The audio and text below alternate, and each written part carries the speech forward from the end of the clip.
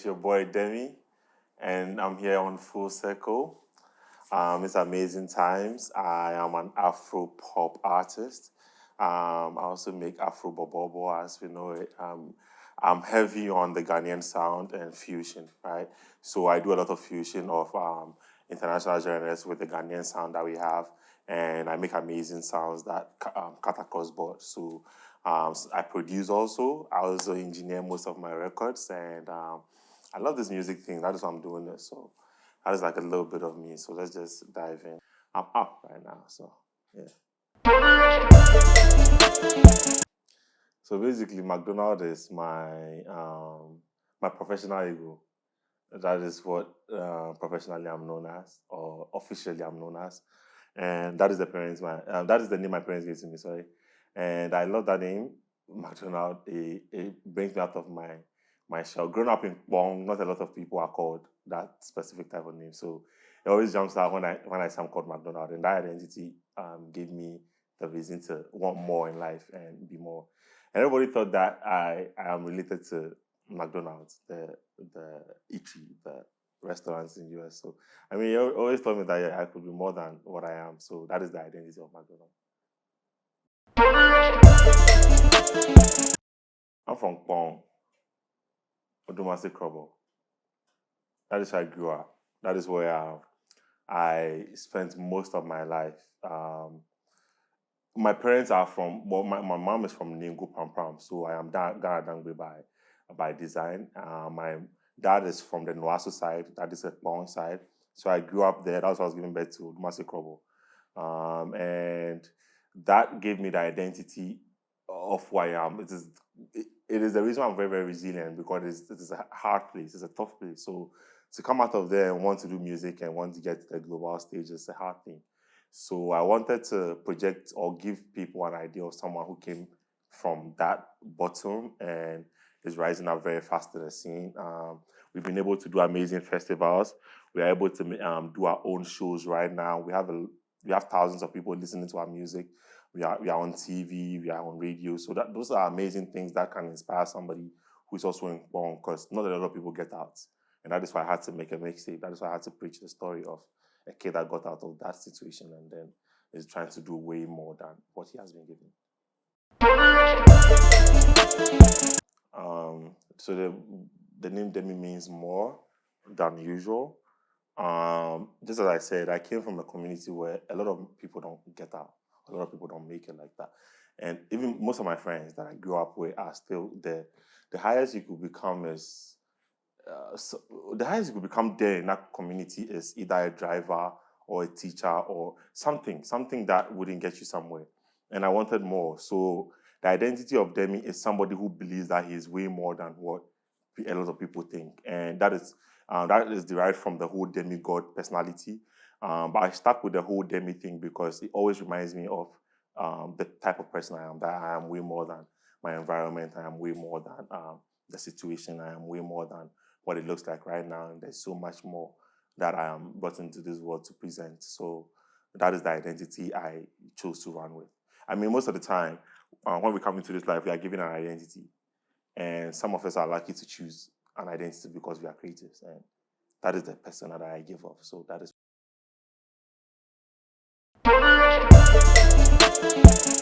I mean, that is the crisis that we have with sound and identity, because some people think I look very Nigerian also, and it is okay. I mean, Nigerians are doing amazing, so when I get the tag along, it means I'm doing something right. For a minute, a lot of people would say that, are you Nigerian, or would ask if you're Nigerian because of the sound and everything. And we know the Nigerian industry, it is booming, it is right, like they are making music that people are listening to. They're even topping some of our charts. So it goes to say that there's something about your music that is good enough for somebody to think that it is Nigerian. So that crisis was one of the things I was struggling with.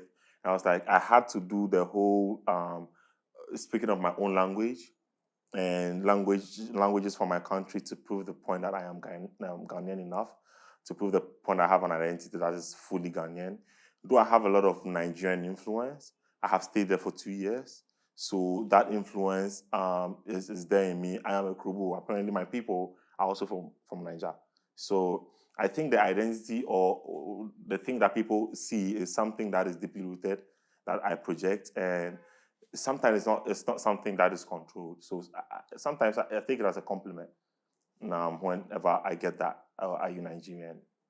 And it's okay. It's okay for me to feel that okay, I am. Oh, it is good because whatever it is attributed to is a good thing. You know how the time we made this song, yeah, the time we made this song, Fela and Medical were Beyonce and Jay-Z. They were the couple that celebrities look out to. I mean, it is amazing to have such in Ghana, and so it looked like what they had is real, or the type of bond they shared was something that you can sing about. So we know the past history of Medical and Sister Debbie, and you can reference it to when they say you be Fela making. So it means that when you're making a choice, Medical was decisive on choosing Fela instead of Sister Debbie. And at that time, everybody thought that choice was the best thing for Medical because it worked out. They got married and everything.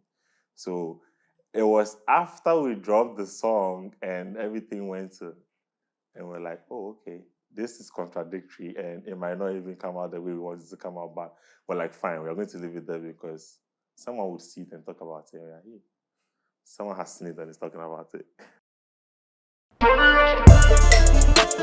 So, he's one of those artists that is unique. He has a voice that is very, very unique, and he's a friend.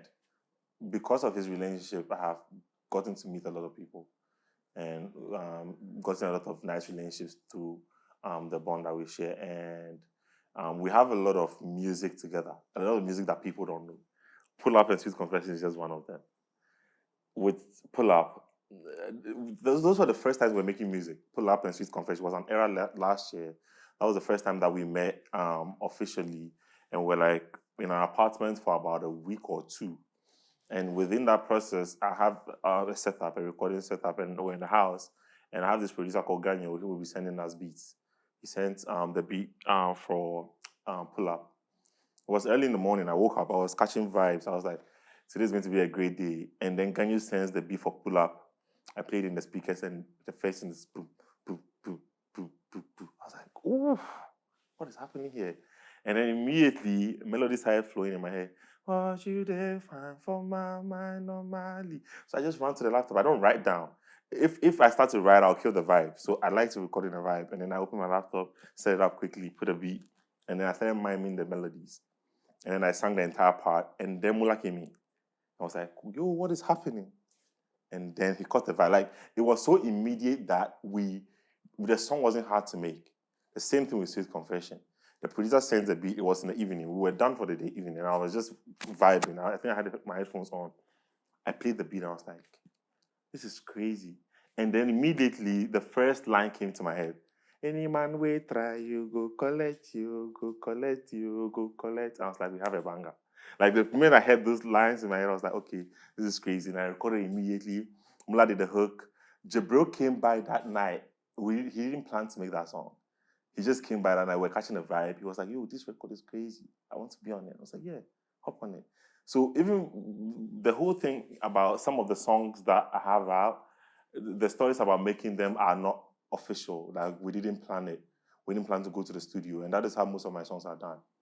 It is not planned. It is just a beautiful vibe. And it's an everyday thing. It's an everyday beautiful vibe, and we are creating. So we get a lot of amazing tracks from that. And that is how my relationship with Mullah and then the creative process of things are.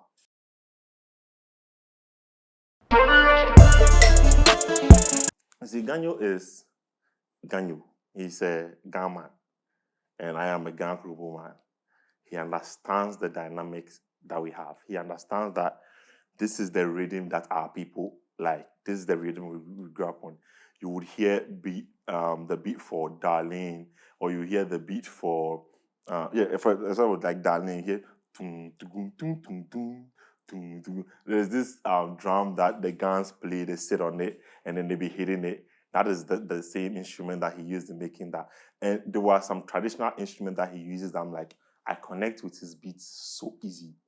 like so easy. We have so many records that people haven't even heard yet, but he's like my go-to producer. I produce a lot, but if I need any body's third eye or I need inspiration from anybody, Ganyo is my go-to guy. But Moon, there's this producer called Moon. Oh my goodness. He joined the pack recently, like a few months ago, earlier this year. And he was the one who produced Odo and Imagine and those songs. And he brought a whole new vibe to my sound. So I was like, working with amazing people like this that I didn't even know were in Ghana are possible. So I have a strong team of this type of people who help me, and I love them. Like Ganyo is my brother. We share a lot of like conversations together, and then we make a lot of music. So that relationship is timeless. He's my magic sticks. So Room 40 is my management. Room 40 started since 2016. Room 40 is the room that we started everything in. That is a room that my manager, Lord, was sleeping in, he and Kenshin.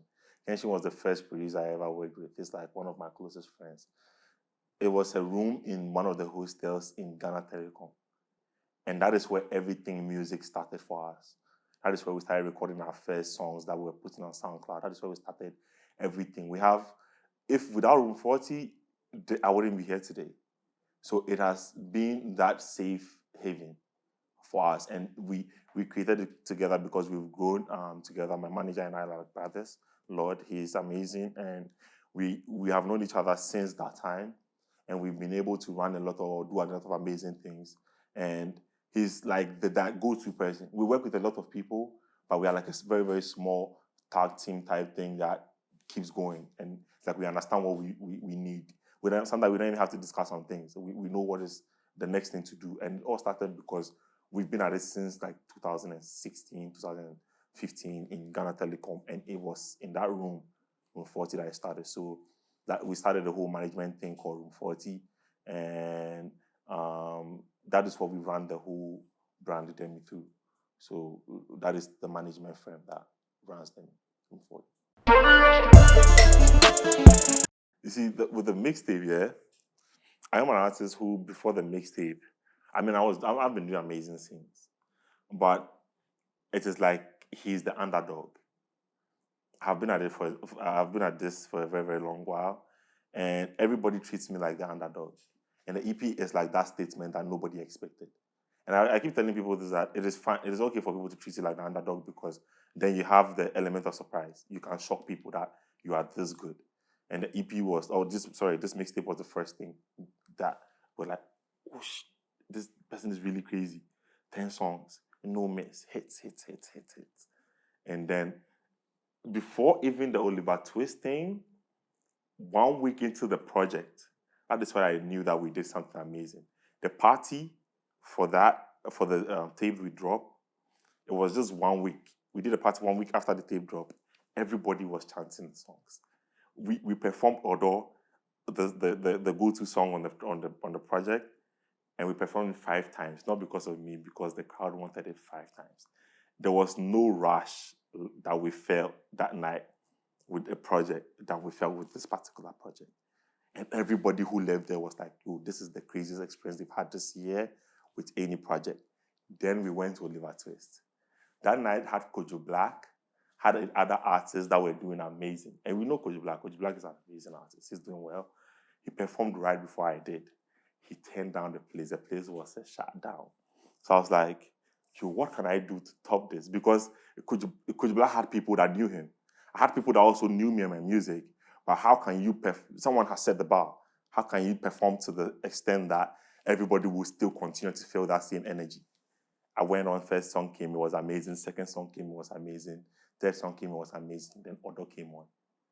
I got to the hook, and then I remembered that the day we did Odo in the party, everybody was chanting, everybody was singing. They didn't allow me to sing. So that in that video, you see that I held the mic like this, and then everybody started singing Odo. That's when I knew that, we killed that show. The people loved it. And that taught me that there's so much growth in what we have been doing. People are listening. People are enjoying it. The underdog feeling is leaving because we are here. We have been on so many good platforms because of this project. And that is just the beginning. You should wait to see what would happen at Denville 2.0, my show coming up. It would be crazy, because it would be crazy. Let me just say it would be